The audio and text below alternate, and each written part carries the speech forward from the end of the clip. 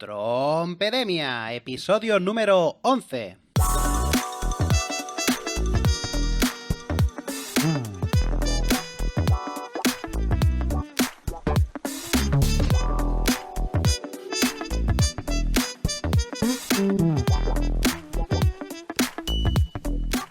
Hola, ¿qué tal? Muy buenas a todo el mundo y bienvenidos a un nuevo episodio de Trompedemia, el podcast quincenal en el que trataremos de todo lo relacionado con el mundo de la trompeta. Noticias, actualidad, historia, buenas prácticas, entrevistas, de todo esto y mucho más hablaremos en este programa. Yo soy Carles Raya, profesor y trompetista profesional, y te invito a escuchar tu podcast favorito de música. Así que ¡empezamos!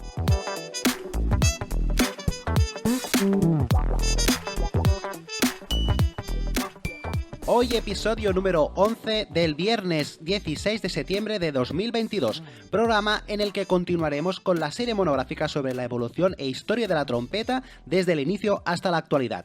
Te recuerdo que una vez terminado este monográfico tendrás disponible un libro digital con toda la información y los audios de los podcasts que siguen a esta serie, para poderlo descargar y tener toda la información que se está dando a mano, con vídeos, ilustraciones, un PDF súper chulo. Como que comento, este es el episodio número 11 y vamos a hacer un pequeño resumen de los episodios que hemos ido publicando. El primero trataba de la presentación del proyecto y me presentaba yo como Carlas, como trompetista, profesor y creador de Trompedemia. Segundo episodio te hablé de los antecedentes de la trompeta desde antes de su categorización, antes de que existieran los instrumentos de viento metal. Tercer y cuarto episodio hablamos de la trompeta en el Renacimiento. Acordaros que siempre hacemos un episodio previo, el tercero en este caso, hablé de la trompeta en el Renacimiento y qué evolución tomó, qué música se daba en esa época, qué contexto social había, qué compositores representativos existieron en esta época. Y el cuarto te hablé de una obra, concretamente Pianoforte, de Giovanni Gabriele. Analizamos esta obra y la contextualizamos en la época en la cual fue creada, que fue en el Renacimiento. En el episodio número 5 y 6 hablamos de la trompeta en el Barroco. El séptimo y octavo episodio se habló de la trompeta en el Clasicismo. Y en el noveno y décimo episodio te hablé de la trompeta en el Romanticismo. En este caso dividí este episodio en dos partes para que no se hiciera un podcast demasiado largo. Y en este onceavo episodio te hablaré de una obra característica del Romanticismo para trompeta y otro instrumento, en este caso será el piano. Pero antes de hablar de ello, recuerda que Trompedemia es mucho más que un podcast. Se trata de una academia de formación y divulgación online para aprender trompeta y todo lo relacionado con este instrumento de forma fácil, amena y divertida. ¿De qué forma te ofrezco todo esto? Pues a través de este podcast. Cada 15 días tendrás un episodio nuevo del único podcast de habla hispana especializado en el mundo de la trompeta. Recordad que ahora estamos haciendo este monográfico, pero cuando terminemos ya tengo concertadas incluso algunas entrevistas con trompetistas conocidos y con músicos de renombre, así que te recomiendo que te suscribas al canal de Trompedemia de este podcast en tu podcaster favorito para estar siempre al tanto de todas las novedades y de todos los episodios nuevos que vaya yendo colgando. También tengo un curso de trompeta en YouTube totalmente gratuito, todo esto no tienes que pagar nada, en el cual ahora estamos tratando el curso de iniciación a la trompeta, disponible, como digo, en YouTube en el canal Trompedemia. Actualmente ya tengo colgadas 15 clases, te digo que es un curso súper básico, que si has alguna vez pensado en empezar a tocar la trompeta, te recomiendo que lo hagas, compres una trompeta barata, no hace falta que te gastes mucho dinero, o incluso una trompeta de segunda mano, o algún conocido que tenga una trompeta que no use, la puedes recuperar, y como te digo, este curso empieza desde cero, incluso no es necesario que tengas conocimientos de solfeo, si simplemente lo vas siguiendo y a medida que vamos colgando las clases irás aprendiendo trompeta y solfeo a la vez. Como te comento, actualmente tengo ya 15 clases colgadas y cada semana iré colgando una. Esta semana sale la clase número 16, donde aprenderás un ejercicio nuevo que precisamente va muy acorde, si lo estás siguiendo en directo, a la época que estamos, que es de vacaciones. Ya se han acabado de vacaciones, entonces para recordar un poco el concepto vacaciones, haremos esta canción que tiene como título de vacaciones. Tenemos ya 5 notas aprendidas, do, re, mi, fa, sol, y con estas ya podemos hacer algunas canciones que ya empiecen a ser un poco más amenas y divertidas. Aparte también tendrás asistencia técnica en los comentarios si tienes dudas de cómo realizar correctamente este ejercicio o alguna sugerencia que me quieras hacer. En las mismas clases, en los comentarios me las puedes dejar y yo mismo te intentaré responder. TrompEDM también dispone de un canal de Telegram, una pequeña comunidad donde iré colgando los contenidos y también allí podrás hacer tus preguntas o tus sugerencias. Además también tenemos redes sociales, Twitter, Facebook, Instagram y TikTok, en las cuales habrá secciones inéditas como Frasedemia y Trumpetips. Si quieres saber qué son, te recomiendo que busques en cualquier red social @Trompedemia y te suscribas. Y además también te ofrezco la posibilidad de realizar tutorías o clases individuales conmigo. Desde la web trompedemia.com podrás reservar una hora de tutoría conmigo para tratar cualquier aspecto relacionado con el aprendizaje de la trompeta. Además, ahora como novedad he abierto una sección de 30 minutos para tratar temas concretos. Imagínate que no te sale algo concreto o tienes una duda muy concreta, pues puedes reservar esos 30 minutos para tratar exclusivamente esta duda, este tema que quieras solventar. Igualmente también hay la opción de 60 minutos en el cual pues podemos profundizar mucho más en todas tus dudas y bueno, es un poco más la clase tradicional que se hace con un trompetista, con un profesor, pero como digo hay estas dos opciones, por lo tanto también me adapto a tus necesidades.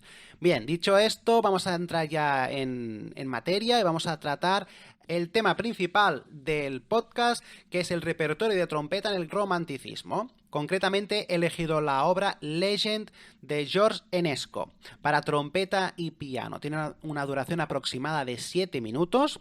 Y primero de todo quería tratar los criterios de selección. ¿Por qué he elegido esta obra para representar la trompeta en el romanticismo? Durante este periodo, uno de los instrumentos predilectos de los compositores fue el piano.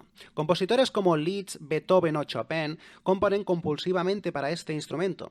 Por lo tanto, el hecho de elegir una obra que incluya este instrumento es uno de los criterios que he seguido para escoger esta obra.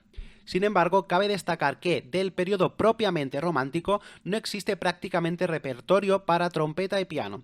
Esto me ha llevado a elegir una de las obras consideradas post-románticas, seleccionando finalmente a Legend del compositor, como digo, George Enesco, por ser la que mejor se adapta a los criterios de selección establecidos. No es una obra muy extensa, por lo tanto va bien para presentarla en este podcast, y su forma representa muy bien las características de la música de esta época expuestas en el capítulo anterior. Te recuerdo que en el capítulo 9 y 10 hablo de la trompeta en el romanticismo y allí te explico con detalle el contexto social y contexto musical, qué tipo de música podríamos definir como música característica del romanticismo, qué características tenía principalmente la música que se trataba en esta época, en contraposición con la de otras épocas como el clasicismo, el barroco, etcétera, etcétera. Una vez han quedado claros estos criterios de selección, vamos a hablar del compositor, la biografía de George Enesco. Enesco nació en Dorohoi, en Rumanía, el 19 de agosto de 1881 y falleció en París el 4 de mayo de 1955. Compositor, violinista, director y maestro romano. Enesco, o en rumano Enescu, con U, fue considerado uno de los mejores compositores y violinistas de su generación en Rumanía. Enesco, de familia humilde, empezó a tocar el violín a los 4 años y a componer un año más tarde, o sea, un niño prodigio. En 1888 accede al Conservatorium der Gesellschaft der Musikfreunde en Viena. Mi pronunciación no ha mejorado, como veis, pero bueno, os podéis hacer una idea de dónde estudió, en Viena, en un conservatorio de allí, donde estudia violín, armonía, piano, órgano y violonchelo, actuando con la orquesta del conservatorio delante de Brahms en varias ocasiones. Después de graduarse en 1893, continuó estudiando composición con Fuchs. Desde 1895 siguió formándose compositivamente en el Conservatorio de París con Massenet. Entre 1895 y 96, y Fauré, conocido, ya lo representamos en el podcast anterior, entre 1896 y 99, entre otros muchos compositores que estaban en París. Recordad que París era uno de los sitios predilectos, la cuna prácticamente del romanticismo. Muchos artistas románticos van allí para coger ideas y reunirse. Algunos de los compañeros de Enesco eran Ravel, Smith, Koechlik, Roech Dukas, Casella, Corto o Thibault. En 1897 realizó la primera representación pública de sus obras, obteniendo al año siguiente un gran éxito en su país. Después de graduarse en el Conservatorio de París en 1899, Enesco divide su carrera musical entre la composición y la interpretación como violinista y pianista, formando en 1902 un trío con Casella y Louis Fournier, y en 1904 el conocido Cuarteto Enesco. Justo antes del inicio de la Primera Guerra Mundial, realiza una gira como violinista por varios países de Europa, dedicándose sin embargo a la composición exclusivamente en verano. La familia real de Rumanía le apoyó económicamente, fundando en 1912 el Premio Enesco, dirigido exclusivamente a compositores rumanos. Durante la Primera Guerra Mundial se quedó en Rumanía, formando una orquesta sinfónica en 1917 y debutando en 1921 en Lohengrin, como la primera compañía de ópera nacional en Rumanía. Uno de los grandes proyectos compositivos realizados por Enescu entre los años 1912 y 1936 fue su propia ópera Edipo. Los motivos que hicieron que la realización de esta obra se demorara tanto fueron la gran cantidad de compromisos como intérprete de violín y director de orquesta que tenía. Incluso estuvo a punto de sustituir de forma permanente en 1936 a Toscanini como director de la Filarmónica de Nueva York. Durante la Segunda Guerra Mundial, Enesco se queda en Rumanía hasta que, después de la guerra del Partido Comunista en 1946, queda en el exilio. Con varios problemas de salud, sigue un cierto tiempo su carrera como violinista. De esa época se conservan incluso algunas grabaciones como intérprete de obras suyas como sonatas y partitas de Bach como solista. En 1954 sufre un ataque de apoplejía, provocándole una parálisis facial. Su última obra, titulada Sinfonía de Cámara, fue terminada con la ayuda de su amigo Marcel Mihalowicz. Como veis, un músico polifacético, intérprete de varios instrumentos, compositor, director, bueno, un artista romántico que quizá no es muy conocido popularmente, pero que los trompetistas, gracias a esta obra, le tenemos mucho aprecio. Antes de pasar a escuchar y analizar esta bonita obra, Legend de George Enesco, vamos a hablar un poco de las obras del romanticismo. ¿Qué características tenían para cuando escuchamos una música decir, porque suena así, podemos decir que esta obra tiene un estilo romántico o postromántico? Las obras de esta época son muy distintas a las de la anterior. Recordad que en la anterior época venimos del clasicismo, tanto en la textura como en la armonía e incluso en la forma en la que están concebidas. Por primera vez en la historia de la música, las composiciones románticas no deben estar ligadas obligatoriamente a la estructura formal, tal y como ocurría en las épocas como el clasicismo, el barroco o el renacimiento.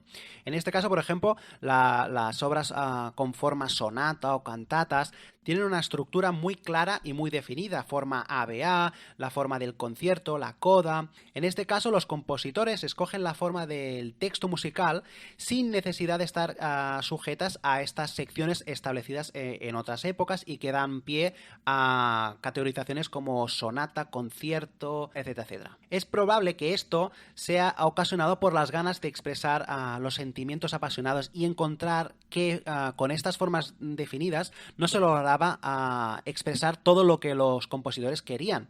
Por lo tanto, en esta época, sobre todo en el postromanticismo, muchos compositores deciden romper estas reglas métricas y cuadradas. Muchas veces eran formas establecidas de cuatro compases, formamos una cadencia de 8 o una sección de 8. Esta sección se vuelve a repetir en otra sección parecida de 8 compases. Era como muy matemático y muy estructural. En este caso, compositores de esta época, y como digo, sobre todo en el postromanticismo, deciden romper estas reglas y, como escucharemos en esta obra, no hay un patrón que se pueda repetir durante mucho tiempo en cuanto a estructura. Como digo, las frases de 8 compases, repetimos 8 compases, volvemos a la coda, que son 16. Bueno, todas estas simetrías en el romanticismo, los compositores de esta época intentan romper con todo esto. Esta sería quizá la característica más destacada de las composiciones románticas. Sin embargo, vamos a entrar en detalle ya. Ahora sí que entramos a analizar la obra. Y primero de todo, la escucharemos, ¿de acuerdo? No quiero avanzarte nada más. quiero que la escuches entera, de arriba abajo, y poco a poco iremos analizando todas las secciones y qué quiere el compositor mostrar en cada una de estas partes. Sí que quiero hacerte una breve introducción y después ya acto seguido ya me callo y vamos a dar pie a escuchar la música. Esta obra hay que saber que está dedicada a Merry Franklin, que fue un trompetista con quien George Enesco colaboró desde 1881 hasta 1955. Gracias a él adquirió los conocimientos necesarios para escribir una de las obras más importantes del repertorio para trompeta y piano del siglo XX. Merry Franklin, quizá muchos lo conocéis por el método Franklin, fue uno de los primeros métodos escritos para trompeta, trompeta de pistones ya en esta época, y fue el profesor del conservatorio principal desde los años 1894 y hasta 1925. Como he comentado anteriormente, a partir de la época romántica, la forma musical de las obras ya no se rige obligatoriamente a unas normas o a unas formas establecidas. La estructura es mucho más libre y esta obra es un claro ejemplo de ello. No podemos hablar ni de un concierto ni de una forma sonata. Simplemente es una obra para trompeta y piano en la que se intercalan dos temas principales, cada uno de ellos con una textura diferente. La primera más homogénea, tranquila y calmada, y la segunda más inquietante y confusa. No hablo más, vamos a dar pie a que se exprese la música por sí sola. Legend de George Enesco para trompeta y piano.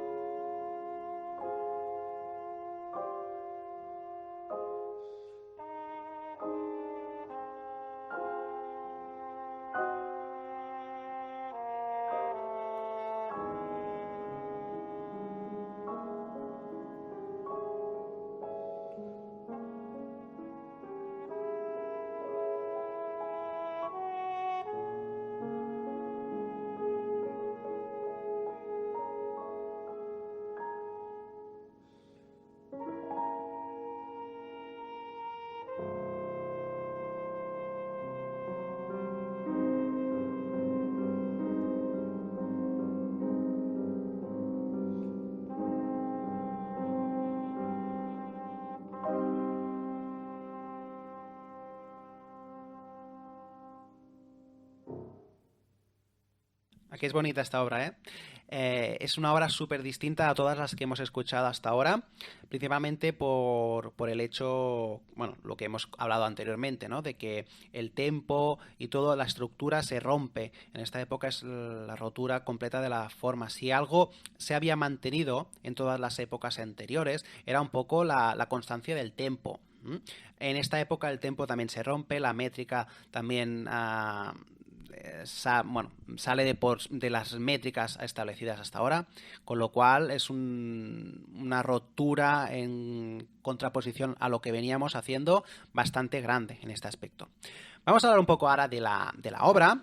Te recuerdo que en las notas, si estás escuchando este podcast en YouTube o en tu podcast favorito, en las notas del programa te dejo un link para que te puedas descargar esta partitura. Es una partitura, como digo, compuesta hace ya unos años, con lo cual ya no tiene derechos a autor. Concretamente, esta obra se compuso en 1906 y al no tener estos derechos de autor, puedes descargarla tranquilamente. Te dejo, como te digo, el link y puedes seguir un poco mejor las indicaciones de este análisis. Igualmente, como digo, cuando acabemos todo este monográfico de la evolución de la trompeta, todas las obras que hemos ido tratando para ejemplificar las características de cada época, las podrás descargar desde el PDF que te dejaré. Como digo, estoy preparando este libro, que será un resumen de todo lo que hemos tratado, con todos los audios en formato vídeo, porque muchos son audios cogidos de YouTube, y de allí mismo lo podrás descargar las partituras, que hasta esta fecha ninguna de las que hemos ido analizando tienen los derechos de autor, debido a que el autor ya hace más de 70 años que está fallecido. Pues bien, entrando ya al análisis de la partitura, de la obra, como he comentado anteriormente, y me imagino que ya lo habrás podido escuchar, hay como dos temas principales. Hay un tema un poco más tranquilo, que es el tema A, vamos a hablar del tema A, con el que se inicia la obra, y hay un tema un poco más abrupto, más inquietante, más confuso, que es el tema B, que es el que rompe todas las métricas y es el que crea mucha confusión al oyente. Vamos a entrar primero de todo al tema A, que yo lo he dividido desde el compás número 1 hasta el 19. La obra empieza con el piano marcando una armonía sobre pedal de do menor. ¿Qué significa esto?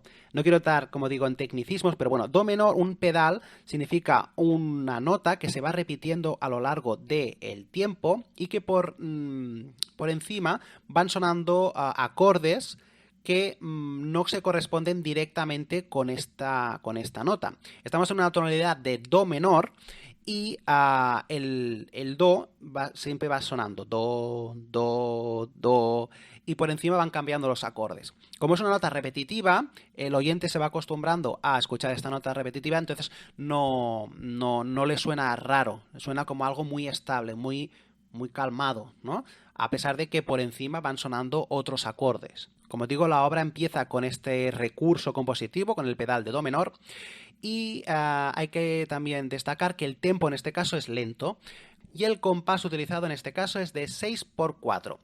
En este caso 6x4 significa que en cada tiempo hay 6 pulsos. Esto será una contraposición al tema B, que no me quiero avanzar, pero bueno, ya te lo digo para que entiendas este concepto, por qué lo destaco en este tema, y es que en los temas A, los temas lentos, el compás es de 6-4 y en los temas rápidos generalmente es de 3x4, es decir, que hay como una aceleración rítmica también en cuanto al compás. Cuando entra la trompeta en esta sección, en el compás número 2, entra con dinámica piano, es decir, tocando flojito, y se va desarrollando la melodía, que será el motivo principal del tema A, que en este caso es do, ri, ra, ron, don, do, ri, ra, ro, ri, ra, ro, ra. Este caso, en este podcast he decidido ya cantar porque con el piano me perdía mucho, entonces bueno, no soy cantante como podréis comprobar, pero bueno, yo creo que si lo canto de esta forma será mucho más ágil y lo entenderéis mucho mejor el análisis que quiero tratar.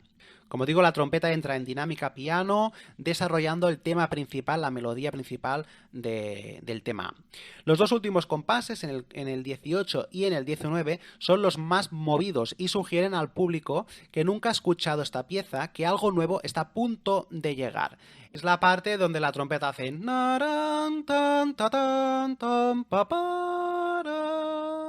y a partir de aquí empieza que es un poco más movido. Este ya es el tema B, que es el compás número 20.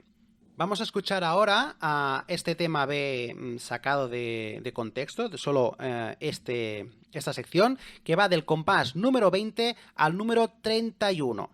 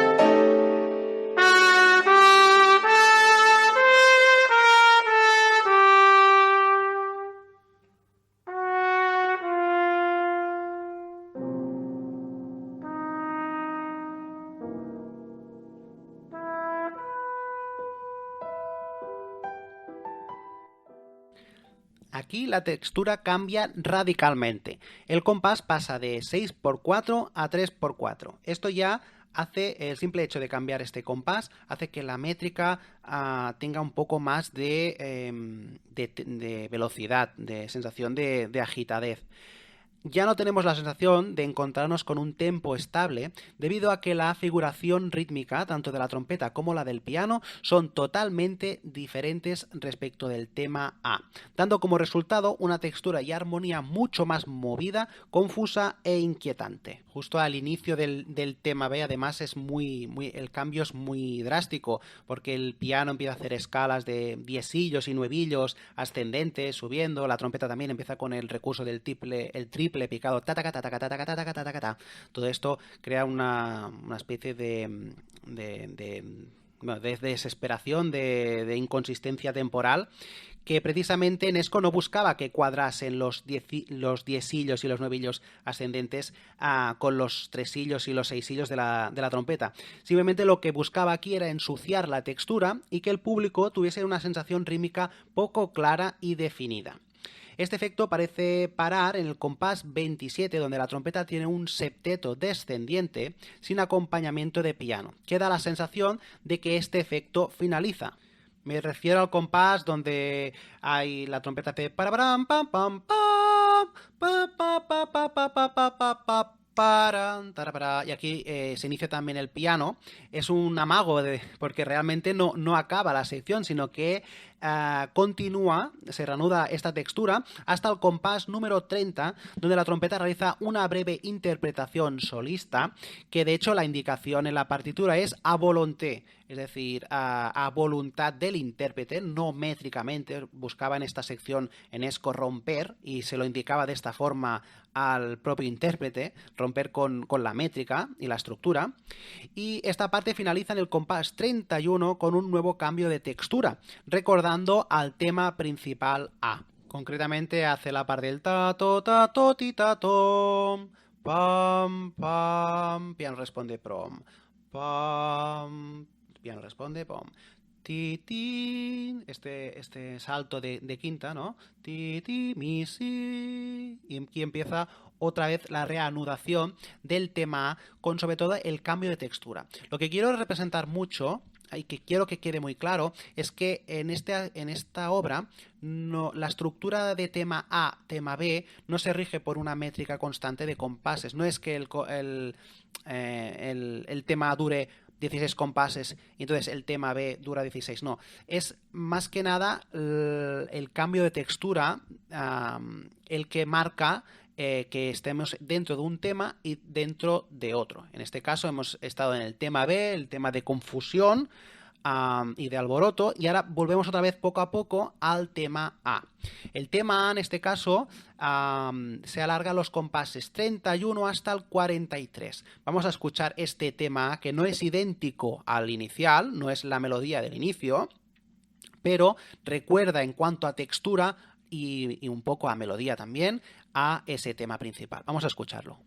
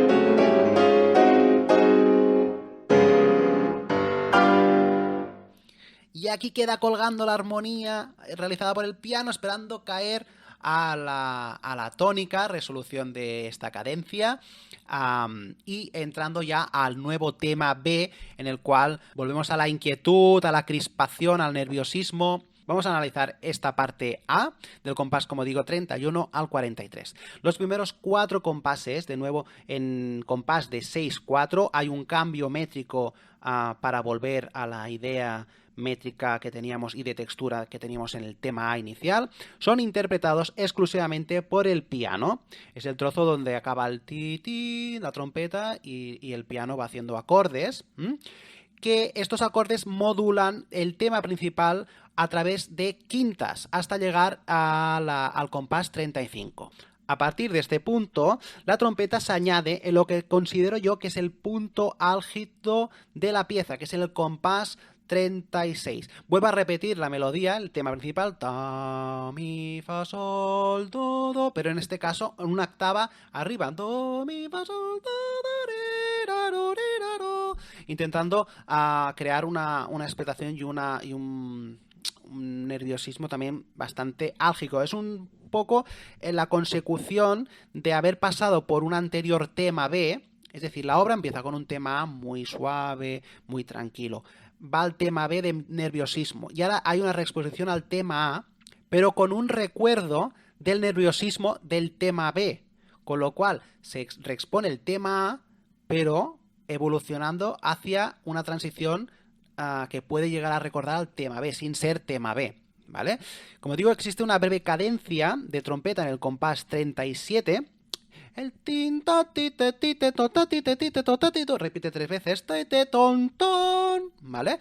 Y después va a dar paso a la textura del piano en un alarde de virtuosismo no sé cómo decirlo, pero de acordes, ¿vale? Porque estos acordes son bastante complejos, hay octavas con 2 manos, bueno, quiere crear mucho dramatismo, ¿vale? Incertidumbre, aunque estamos aún en tema A. Lo que pasa que, como digo, es un tema A que recuerda al tema B, ¿vale? Y este tema A desemboca en los dos últimos acordes en el compás final antes de entrar al tema B, y a la resolución ya se considera tema B, ¿vale? Que el tema B este que vamos a escuchar ahora va del compás 44 al 65 y ya vuelven a las partes de tresillos y de triples picados de la trompeta,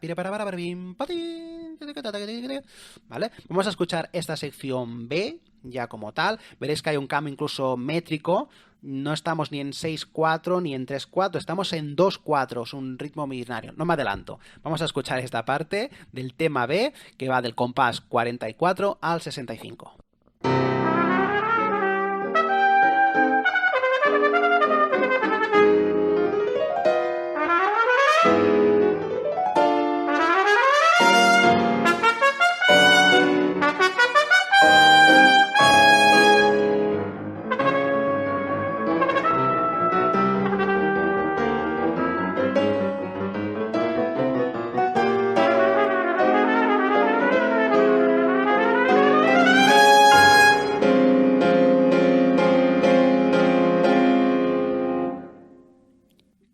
denso, ¿eh?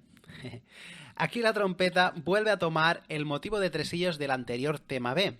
El piano, sin embargo, tiene una utilización mucho más clara y definida tanto rítmica como armónicamente. Sobre todo el compás, recordad que ha variado, ya no es un 3-4 en contraposición al 6-4 utilizado en el tema A, sino que ahora se convierte en un binario, en un 2-4, con lo cual hay una aceleración del tempo más acusada. Además, existe un claro diálogo entre la trompeta y el piano entre los compases 48 y 51, que lleva la trompeta entre el compás 60 y 63 a realizar una figuración ligada de escala cromática ascendente confusas para dejar solo al piano en los dos últimos compases de esta sección, repitiendo insistentemente un acorde. Recordad el chin, chin, chin, chin del final, creando así una clara sensación de final de tema. Este será la última aparición del tema B, con lo cual es la parte más caótica de toda la obra. Sin embargo, existe un diálogo, como digo, entre la trompeta y el piano. Responde el piano, trompeta, el piano va haciendo con octavas abajo, pom, pom, pom, pom, pom. Y la trompeta, métricamente es que incluso es bastante complicado de cuadrar, ¿no? Tú tienes que ir contando tu compás y el pianista el suyo, porque si no, métricamente es complicado. No existe un punto en que dices aquí sí que vamos juntos. En toda esta sección es bastante amorfa, es un poco etérea, por lo cual bueno, es uno de los objetivos, como digo, de la música romántica, y Enesco lo lleva a la máxima expresión.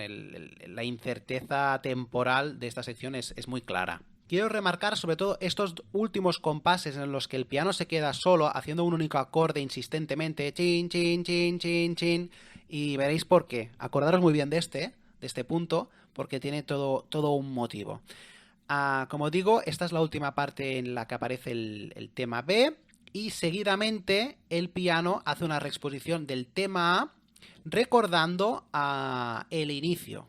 ¿Vale? El inicio del piano empieza también solo, pero hay ciertas diferencias, como siempre, entre el tema A principal que aparece al inicio de la obra y este tema A último, que lo he temporizado entre el compás 66 y 77. Como siempre, vamos a escucharlo y después vamos a contextualizar y hacer un pequeño análisis de esta sección, de la última sección A.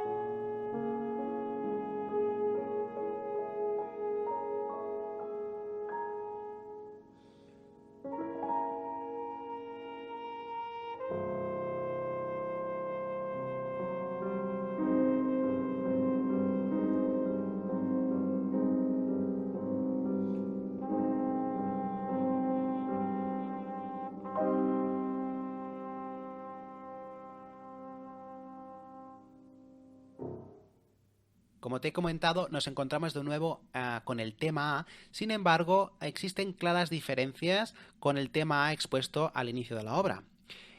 Una de las principales diferencias es que el acompañamiento de piano ya no está basado en el do pedal tal y como sucedía en el primer tema, en el tema A, al inicio de la obra.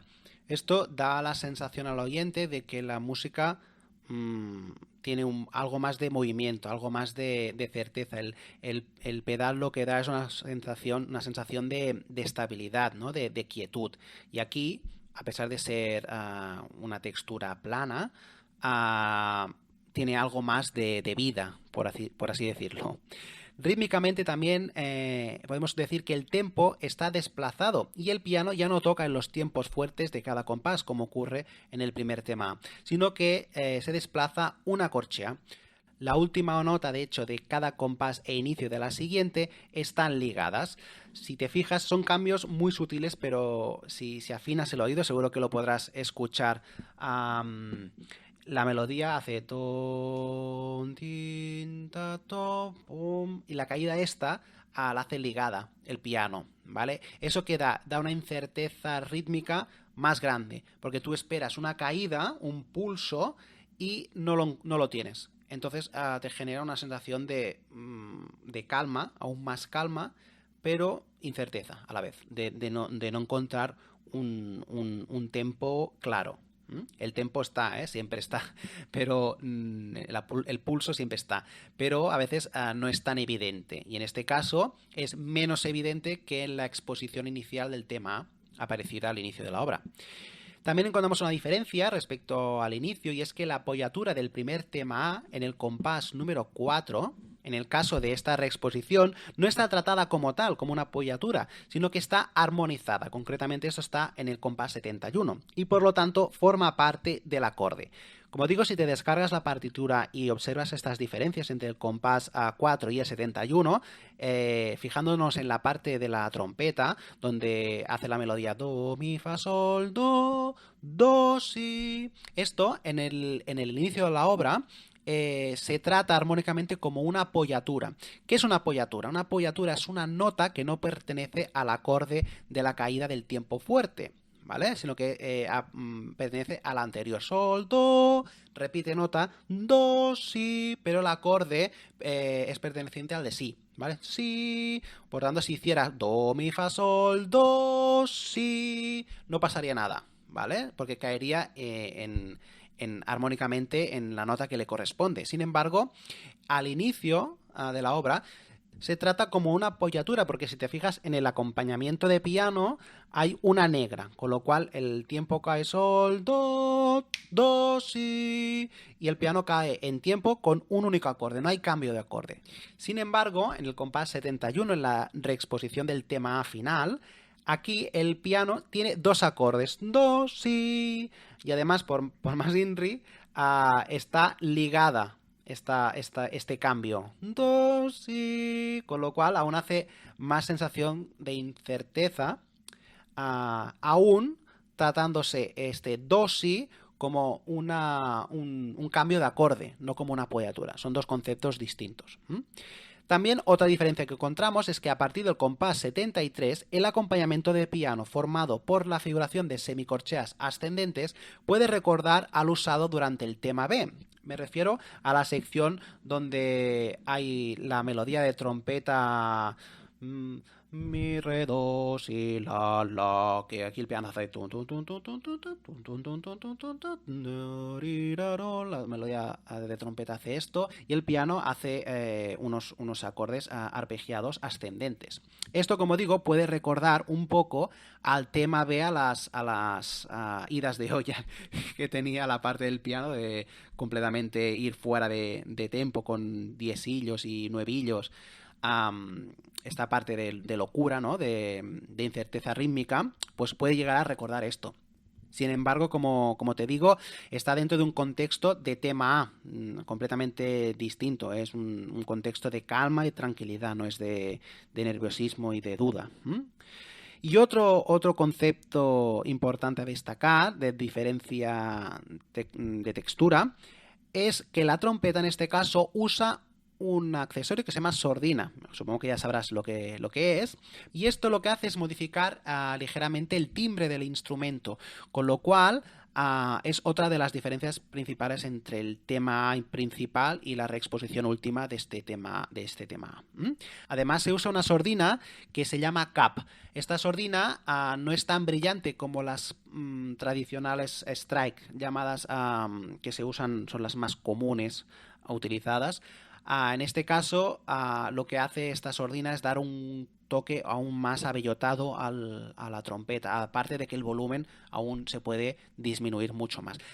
hay que tener en consideración eso, que las sordinas no solo cambian no principalmente cambian el volumen del instrumento, sino que cambian el timbre, el sonido, ¿vale? Porque igualmente puedes tocar fuerte con la sordina y proyectar bastante. Sí que es verdad, sí que es cierto que el volumen lo baja. Lo digo porque popularmente se conoce como que la gente toca la trompeta y si quiere tocar más piano, pues pone la sordina. Y a veces no se consigue este efecto, sino que el volumen se consigue regulando la presión de aire, la cantidad de aire utilizada, no usando accesorios como estos. Esto es más para cambiar el timbre. Sin embargo, aquí le viene como anillo al dedo utilizar este tipo de accesorio, la sordina Cap concretamente, que es la que puede transformar el timbre del instrumento y adaptarlo más a esta idea de recuerdo del tema A principal, sin ser el tema A principal, sino con una pequeña variación. Como resumen de este análisis, podemos considerar que esta sección A es una especie de reflejo de alguno de los motivos aparecidos en la obra pertenecientes al tema A principal y al tema B. Seguidamente, intentaré explicar la visión interpretativa de esta obra y cómo el juego de texturas entre los temas A y B podrían representar la lucha entre dos ideas contrapuestas, el inconsciente y el inconsciente, el bien y el mal, la calma y la desesperación. Todos estos conceptos, junto con la idea de contraponer dos conceptos distintos entre sí, es muy característico del arte romántico. Y en este caso, esta idea de representar el tema A y el tema B, yo lo veo como una parte del consciente y el inconsciente. Es decir, Legend para mí es como un sueño. Es decir, la parte inconsciente de la humanidad y la parte consciente. Por eso muchas veces rítmicamente no está muy acorde a los conceptos tradicionales de constancia temporal y de métrica regular. En este caso es como un poco todo etéreo, igual que a veces son etéreos los sueños que tenemos, en la parte inconsciente. Además, esto ya es ida de olla mía, pero por ejemplo, recordad la parte del piano que he dicho, recordad este punto en el cual el piano repite muchas veces un acorde constante de chin, chin, chin, chin, chin, chin, después hay un silencio y vuelve al tema último. Pues para mí esta parte es como si fuera el despertador. Es como si ya fuera, vale, chan, chan, chan, ya has acabado del sueño cuando te despiertas de una pesadilla, que te despiertas sobresaltado, ¿no? Y después recuerdas que es una pesadilla, intentas recordar el sueño, pero no lo recuerdas igual. No es el mismo sueño. Es con un timbre distinto, la trompeta utiliza la sordina, ¿no? Yo para mí lo veo así. De hecho, a mí también me lo explicó cuando estuve practicando esta obra, bueno, trabajando esta obra en el superior con Mireia Farrés. Ella también creo recordar que tenía esta concepción de esta obra, ¿no? De que es como un sueño. Y yo lo veo muy acertado, la verdad. No sé si será así, no será así. No he encontrado información al respecto de esto. Pero yo me gusta imaginármelo así. Mi interpretación mejora y le da más sentido, que es lo que yo también recomiendo a mis alumnos, ¿no? Que le den sentido a sus interpretaciones. Las notas no están puestas al azar, ni las dinámicas, ni los conceptos como a volonté y todo esto. Todo tiene un motivo. Y más en esta época que precisamente hay una realización de la persona, ¿no? Del compositor y del arte muy importante. Antiguamente, en periodos anteriores, el compositor era un empleado y aquí ya el compositor tiene un papel importante como artista, ¿no? Como creador.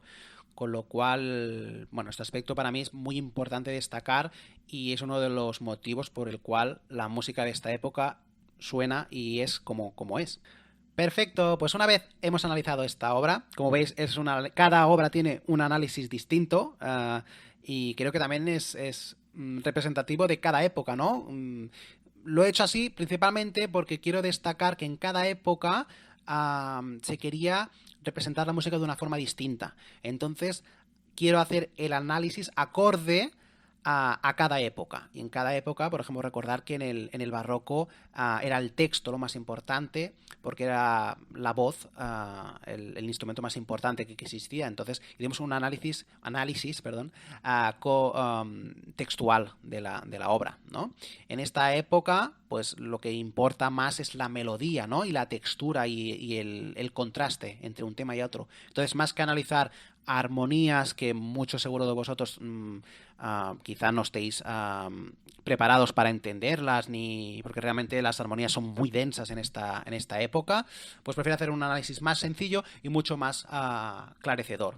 Además, yo le encuentro mucho más sentido explicar la obra así, y creo que os da un concepto mucho más entendedor de lo que querían exponer los compositores en esta época. No me enrollo más, que a veces me enrollo más de la cuenta. Vamos a ver el estilo interpretativo de la obra. Como digo, en esta obra, y concretamente en la época en que fue compuesta, se interpretaba ya con nuevos instrumentos aparecidos en el periodo. Concretamente, el piano no es el piano típico del clásico, el pianoforte, sino un piano romántico. Y la trompeta ya no es la trompeta, la key trumpet, sino que ya es una trompeta con pistones, es decir, podía hacer escalas cromáticas en cualquier registro.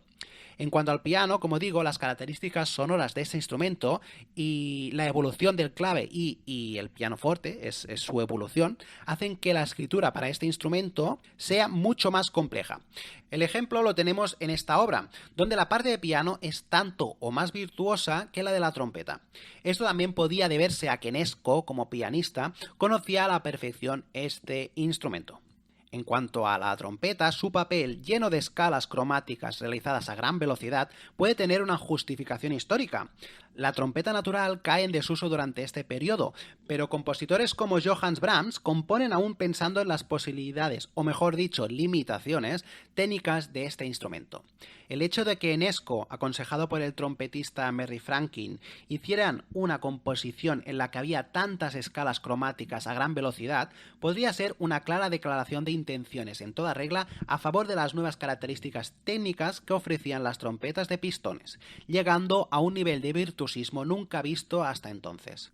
De hecho, yo creo que es uno de los motivos por el cual las obras románticas para trompeta solista suelen tener tan gran nivel de virtuosismo.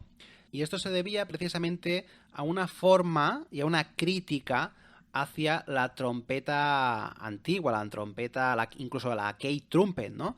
Era una forma de reivindicar que la trompeta podía ser melódica en cualquier registro y de hacer ver a los compositores actuales que podían utilizar y pensar en la trompeta como un instrumento melódico evolucionado. De hecho, Legend de George Enesco refleja estas nuevas posibilidades técnicas, como habéis escuchado, y su interpretación nos muestra, además de las nuevas posibilidades virtuosas de la trompeta, una historia sobre dos mundos y dos conceptos contrapuestos completamente, el tema A al tema B. Interpretativamente, como digo, es muy importante dejar claro en qué momento de la obra nos encontramos. Si estamos en la parte más del concepto de tranquilidad o en el concepto de nerviosismo, el tema B, el tema más agresivo. Este hecho pone de manifiesto la importancia del intérprete en querer representar con mayor exactitud todas las indicaciones estilísticas que el compositor expresaba en cada momento. Me refiero a dinámicas, articulaciones, crescendos, diminuendos, acentos, a expresiones de tipo a volunté, ad libitum. Todas estas indicaciones, que son realizadas por los compositores, debían ser interpretadas por el ejecutante, el intérprete instrumental, con lo cual la figura del intérprete cobra más importancia. Recordar que en el romanticismo muchos de los compositores se ven frustrados por el hecho de que sus obras no son representadas, interpretadas de la forma que ellos querían. Los intérpretes hasta ahora eran empleados y como cualquier empleado que no quiere evolucionar, pues hace su faena tal cual y punto. Entonces, claro, estamos en una época que ya quieren que la música tenga más valor y la forma de interpretar no es acorde a esta ideología de mayor importancia a la interpretación. Incluso algunos compositores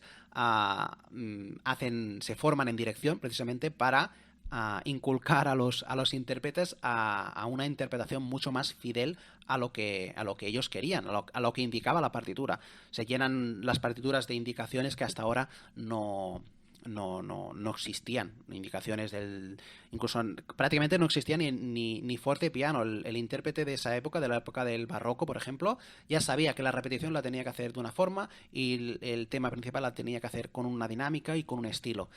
Y en esta época, como se rompe con todo esto, los intérpretes van aún todavía un poco perdidos, con lo cual también cambia la forma de escribir en cuanto a la detallez de la partitura.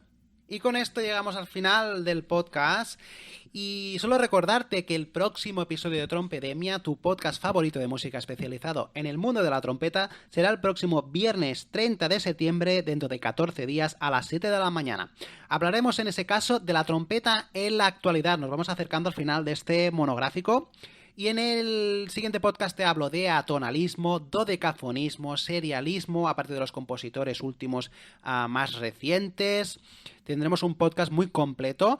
Ya llegamos, ya como digo, al final de este monográfico y muchos de estos conceptos ya seguro que te serán ya conocidos.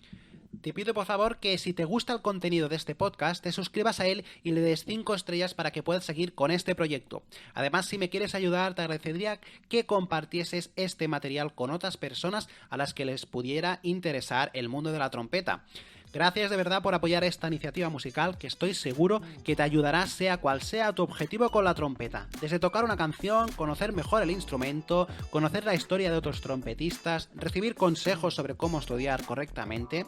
Como te digo, actualmente estamos tratando este monográfico sobre la evolución de la trompeta. He creído importante empezar el proyecto Trompedemia y concretamente este podcast contextualizando la trompeta y poniendo los puntos sobre las íes.